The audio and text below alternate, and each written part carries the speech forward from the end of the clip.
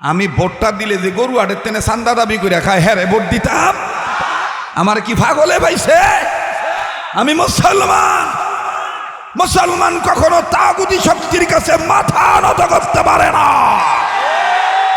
মুসলমান জীবন দিতে রাজি থাকবে, বাতিলের কাছে মাথা নত করে ইসলামী আন্দোলন থেকে পিছপা হতে পারে না। আপনারা জানেন আমার সুর ও শব্দ, কথা বলার স্টাইল, ফ্যাশন, হুঙ্কার ঝংকার মোটামুটি কিছুটা হলো একটু ব্যতিক্রম। বাংলাদেশের ভিন্ন ভিন্ন বক্তাদের চাইতে আমি একটু আলাদা, ভিন্ন ক্যাটালগে কথা বলি, এটা সকলেরই জানা। আমি আমার স্বভাবগত বৈশিষ্ট্য অনুযায়ী, আমি আমার এহতেসাস, অনুভূতি, মত, মন্তব্য অনুযায়ী, থিসিস, গবেষণা অনুযায়ী অ্যানালাইসিস করে যে কথাগুলি বলবো, একটু মেহেরবানি করে কথাগুলি খুব গুরুত্বপূর্ণ সহকারে, মনোযোগ সহকারে কথাগুলি শোনা চাই। আল্লাহ আমাদের সবাইকে কবুল করেন, ইখলাসের সহিত বলেন আমিন। মোহতারাম হাজিরিন, সারা বাংলাদেশের ওয়াজ মাহফিলগুলো একরকম, আর ডেমরা ইমাম ওলামা পরিষদের উদ্যোগের মাহফিল আর এক রকম। গতকালকে ছিলাম বাংলাদেশের ঐতিহাসিক একটি ইসলামী মহাসম্মেলন, মুগদা থানার মধ্যে, ঢাকা শহরের মধ্যে। একটু খুব বড় ধরনের মাহফিল হয়, ওইটাও ছিল 15তম, এইটাও 15তম। ওখানে আমি কালকে রাত্রে একটা বিষয়ের উপর কথা বলেছি, ওই বিষয়টাই এখানেও আমি সাপ্লাই দিয়ে যাই। মনে রাখবেন, আমি আবারও বলছি, ব্যতিক্রম ধরনের আলোচনা, যেটা কাহারও সাথে মিলবে না ইনশাআল্লাহ।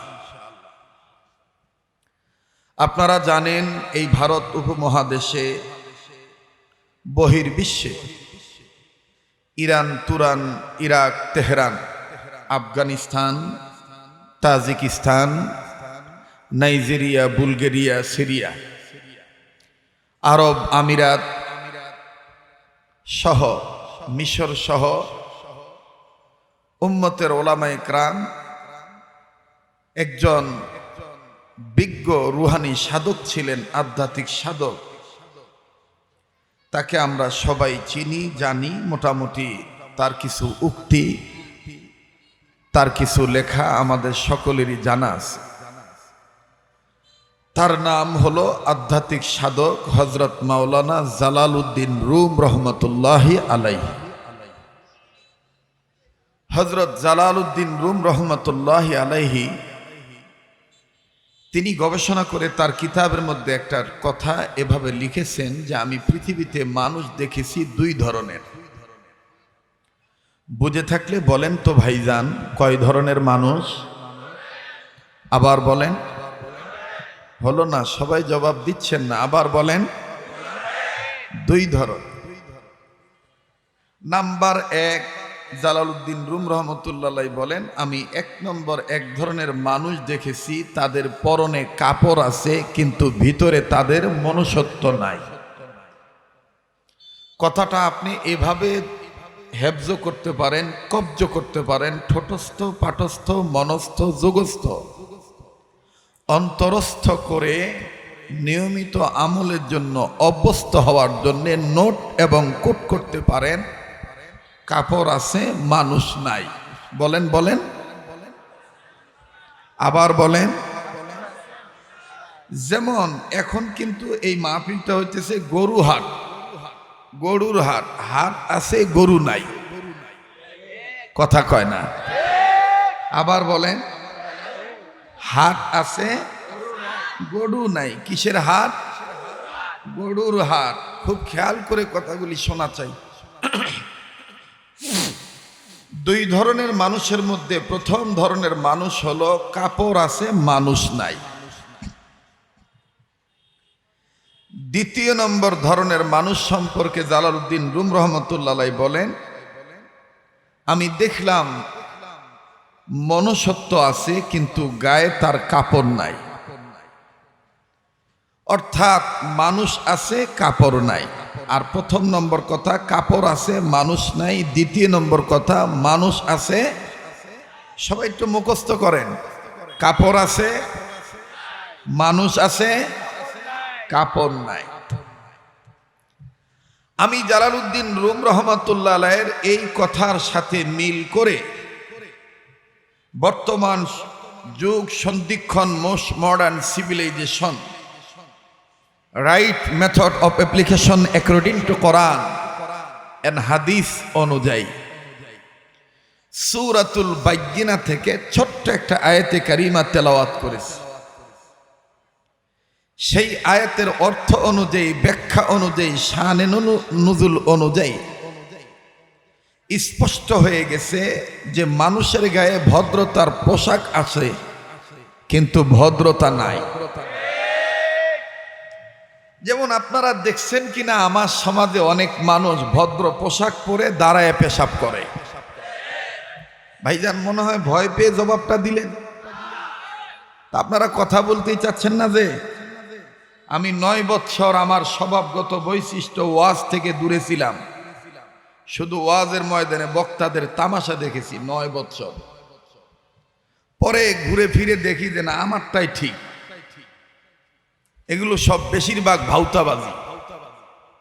কেউ করে দালালি, কেউ করে পাছাটা গোলামি, কেউ সত্যটা জানার পরও কথা বলে না। এজন্য অনেক মানুষ আমার কাছে যেয়ে বলছে, হুজুর আপনি শরীয়তপুরি তো নতুন কোনো বক্তা না, আপনার সুর শব্দ ঝংকার হুঙ্কার স্টাইল ফ্যাশন এগুলো শুনে তো আমরা বক্তা চিনছি, কিন্তু আপনি এগুলো বাদ দিলেন যে? আমি বলছি বাদ দেই নাই, উস্তাদের মা শেষ রাইতে কথা কয় না, আমি বাদ দেওয়া লোক না। আমার বন্ধুগণ, এজন্য পায়ে হাত দিয়ে বলবো, লা ফখর, কোনো তাকাব্বুরি না, কোনো ফখর করে কথা বলছি না। আমি তো আর এখানে বুখারী পড়াইতে আসি নাই, আমি এখানে ওয়াজ করতে আসছি। কোনো এলেমের জাহিরও করতে আসি নাই, কোনো বরত্ব প্রকাশ করতে আসি নাই। নানান ধরনের মানুষ এখানে আছেন, সব ধরনের মানুষকে এক ধরন বানাইয়া আল্লাহ এবং আল্লাহ রাসূলের কথাগুলি উপহার দেওয়া, এটা আমার নৈতিক দায়িত্ব। কথা বলেন ঠিক কিনা? চাহে আমার কথা কেউ ভালোবাসুক আর না বাসুক। কাজী নজরুল ইসলামকে একবার প্রশ্ন করা হলো, বিদ্রোহী কবি নজরুল, আপনি বলেন তো দেখি, কেউ যদি আপনার কবিতা না শোনে, না জানে, না শুনতে চায়, না বুঝতে চায়, তাহলে আপনি কি করবেন? তখন কাজী নজরুল ইসলাম সুরে সুরে বলেছিলেন, আমি আমার গান গেয়ে যাব, যার শোনা সে শুনিবে, যার না শোনা সে না শুনিবে, সে তার আপন গলিতে চলিবে। ভাইজান রাগ করলেন নাকি? ভদ্র পোশাক পরে রাস্তায় দাঁড়িয়ে পেশাব করে, এটা আপনারা দেখেছেন? আমি নিজে দেখছি, রাত বিরাত অনেক দেখেছি। চেন খুলে রিং পিস্টন কল কবজা বল বিয়ারিং বের করে আর এক মানুষের ওয়াল ভিজানোর দায়িত্ব নেয়। আমি যদি মিথ্যা বলে থাকি তাহলে কথা বলেন না, আর যদি সত্য বলে থাকি জোরে বলেন ঠিক কিনা। এজন্যই কিন্তু আমি লক্ষ্য করে একটা কবিতা পাঠ করেছি, এটা আমার নিজেরই লেখা। সামনেতে মোরা এগিয়েছি যত, পিছনে পড়েছি তত, শঙ্কাতে শুধু বাড়িয়ে চলেছি গরু ছাগলের মতো। যেহেতু গরুর হাট, আমার কবিতাটা ঠিক আছে, আমার ওয়াজ কিন্তু হয়ে গেছে, এই কবিতাটাই যথেষ্ট। আজকে দেখেন বাংলাদেশের পার্লামেন্টে উম্মতের ওলামায়ে কেরাম অনেকে ফিকির করে, চিন্তা চেতনা জাগ্রত করে, মুজাহিদের ভূমিকা পালন করে, আমরণ লড়াই করে যাচ্ছেন যে 53 বছর 54 বছর যা ভুল হয়েছে আর ভুল যেন না হয়। বেশিরভাগ মুসলমানদের দেশে ইসলামী রাজ কায়েম করতে হবে, বিকল্প কোনো পথ নাই। কিন্তু এমতো অবস্থাও তো দেখবেন যে সংখ্যায় একদল অনেক ভারী, তারপরও তারা বলবে যে এগুলো গণতন্ত্রের পূজারী, এগুলো সরকারের গোলাম, দুনিয়ার সিট লোভের জন্য এই কাজগুলো করে। আমার ভাইরা, গণতন্ত্র রাজতন্ত্র হালাল না হারাম আমি ওদিকে যাব না। আলেমরা আছে, মুফতিগণ আছেন, ফকিগণ আছেন, ওনারা ফতোয়া দিবেন। কিন্তু আমি আপনাদের কাছে ছোট্ট আকারে একটি উদাহরণ দিতে চাই।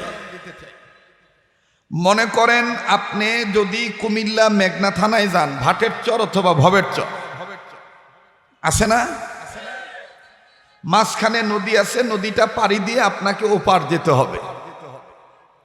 এখন আপনি ওপারে যেতে গেলে হয় লঞ্চ, নাইলে স্টিমার, নাইলে ছোট্ট ডিঙ্গি নৌকা। আপনি দেখলেন ওখানে দুইটা নৌকা আছে, একটা নৌকায় অনেক মানুষ ওপেন সিগারেট খাচ্ছে, ধোঁয়া খাচ্ছে, ধোঁয়া ছাড়তেছে নিচ্ছে। ওপেন মেয়েরা খোলামেলা ভাবে চলাচল করতেছে, তাদের মাথায় কাপড় নাই। ভিন্ন ধরনের মানুষগুলি কেমন ধরনের জানি তাদের উদ্ভট চলাফেরা। আর একটা নৌকায় দেখলেন লোকগুলো খুব ভদ্র, আল্লাহ আল্লাহ জিকির করতেছে, মাথায় পাগড়ি, গায়ে জুব্বা, মুখে দাড়ি, পকেটে মেসওয়াক, হাতে তসবিহ। আমার বন্ধুগণ, এখন আপনি মানবিক দৃষ্টিকোণ থেকে উত্তর দিয়ে বলেন তো দেখি, সাধারণ জ্ঞান দ্বারা জবাব দেন, আপনি মানুষ হিসাবে কোন নৌকায় উঠবেন? কথা কয় না, কথা কয় না। আবার বলেন, আবার বলেন। কার নৌকায়? আল্লাহওয়ালাদের নৌকায়। এই কথাটাই তো আমাদের ফ্রেশ চিন্তার কথা। 53 বছর 54 বছর যা ভুল হয়েছে হয়েছে। রাম, বাম, চ্যাটার্জি, মুখার্জি, গঙ্গোপাধ্যায়, চট্টোপাধ্যায়, হরিদাস পাল, লেন সেন, দাদা বাবু, কেউ আমেরিকার গোলামি, কেউ ইন্ডিয়ার গোলামি, কেউ রাশিয়ার পাঁচটা গোলামি করেছেন। কিন্তু আমরা এখন আর আমাদের এই ভূখণ্ডে মাতৃভূমিতে দেশপ্রেম, ইমান রক্ষার জন্যে, দেশপ্রেমের জন্যে, ইমান ইসলাম হেফাজতের জন্যে আমরা আর চ্যাটার্জি, মুখার্জি, আঞ্জুট্টি, গাঞ্জুট্টি, চাঁদাবাজ, রংবাজ, লুটতরাজ, ধাপ্পাবাজ, ধোকাবাজ এদেরকে আর ক্ষমতায় দিতে চাই না। আমরা আল্লাহওয়ালাদেরকে সংসদে পাঠাতে চাই।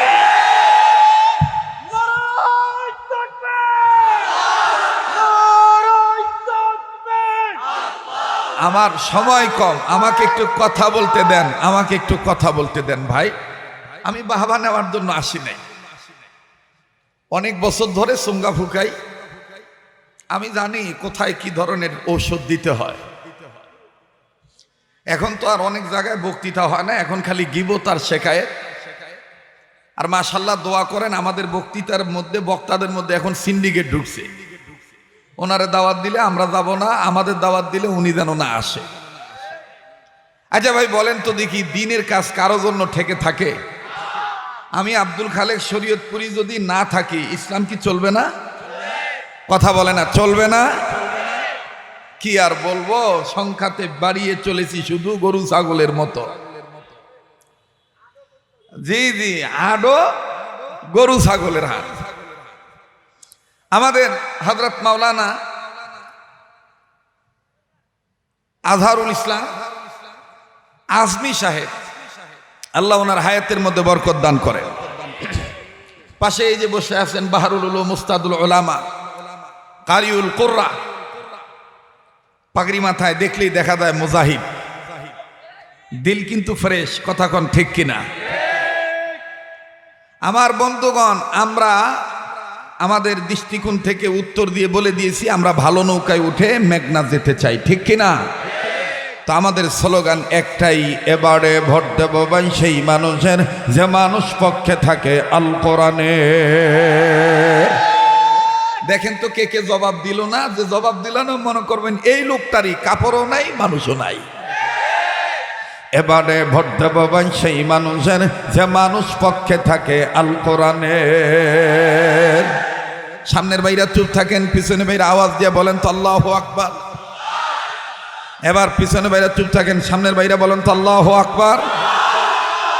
এবার সামনের ভাইরা পিছনে ভাইরা মিলে জিলে বলেন তো আল্লাহু আকবার। এবারে ভোট দেব ভাই সেই মানুষের যে মানুষ পক্ষে থাকে আল কোরআনের। নারায়ে তাকবীর, নারায়ে তাকবীর। আল কোরআনের আলো সংসদে জালো, আল কোরআনের আলো, আল কোরআনের আলো থামেন থামেন, এখানে আর একটা কথা আছে। অনেকে কয় যে হুজুর ভোটের কথা যে আপনারা বলেন, ইসলামে কি রাজনীতি আছে? আমি প্রথমে জবাব দিয়ে বলি, ইসলামে রাজনীতি আছে। ইসলামের যে একটা বুক আছে, মুসলমানদের guide book, complete code of life, মোকাম্মাল নিজামে হায়াত, পরিপূর্ণ জীবন ব্যবস্থা, সেই কোরআনেও ভোট কাকে দিবেন এ ব্যাপারে একটা আয়াতই আছে। দেখেন নাই? কানার ঘরের কানা, সূরাতুন নিসার 85 নম্বর আয়াত, মাই ইয়াশফা শাফাআতান, আছে না? হাফেজ সাহেব যারা আছেন, আছে না? আপনি ভালো লোককে যদি ভোট দিয়া সংসদে পাঠান, ওই ভালো লোক যত ভালো কাজ করবে আপনার আমল নামায় ততটাই আমল, নেক আমল আল্লাহ তাআলা দিয়ে দিবেন। সুবহানাল্লাহ কর। আপনি যদি খারাপ লোককে ভোট দিয়া সংসদে পাঠান, ওই লোক যত অকাম কুকাম করবে, ওই খারাপের পার্সেন্টেজ আপনার খাতা তো জমা হবে। তাইলে আমারে কি পাগলে ধরছে, ভূতে ধরছে যে আমি ভোটটা দিলে গাঞ্জু টিরে দিতাম, আমি ভোটটা দিলে বাবা ট্যাবলেট বেচা যে খায় যে সংসার চালায় হেরে দিতাম, আমি ভোটটা দিলে যে গরু আটের তেনে চান্দা দাবি করে খায় হেরে ভোট দিতাম? আমার কি পাগলে পাইছে?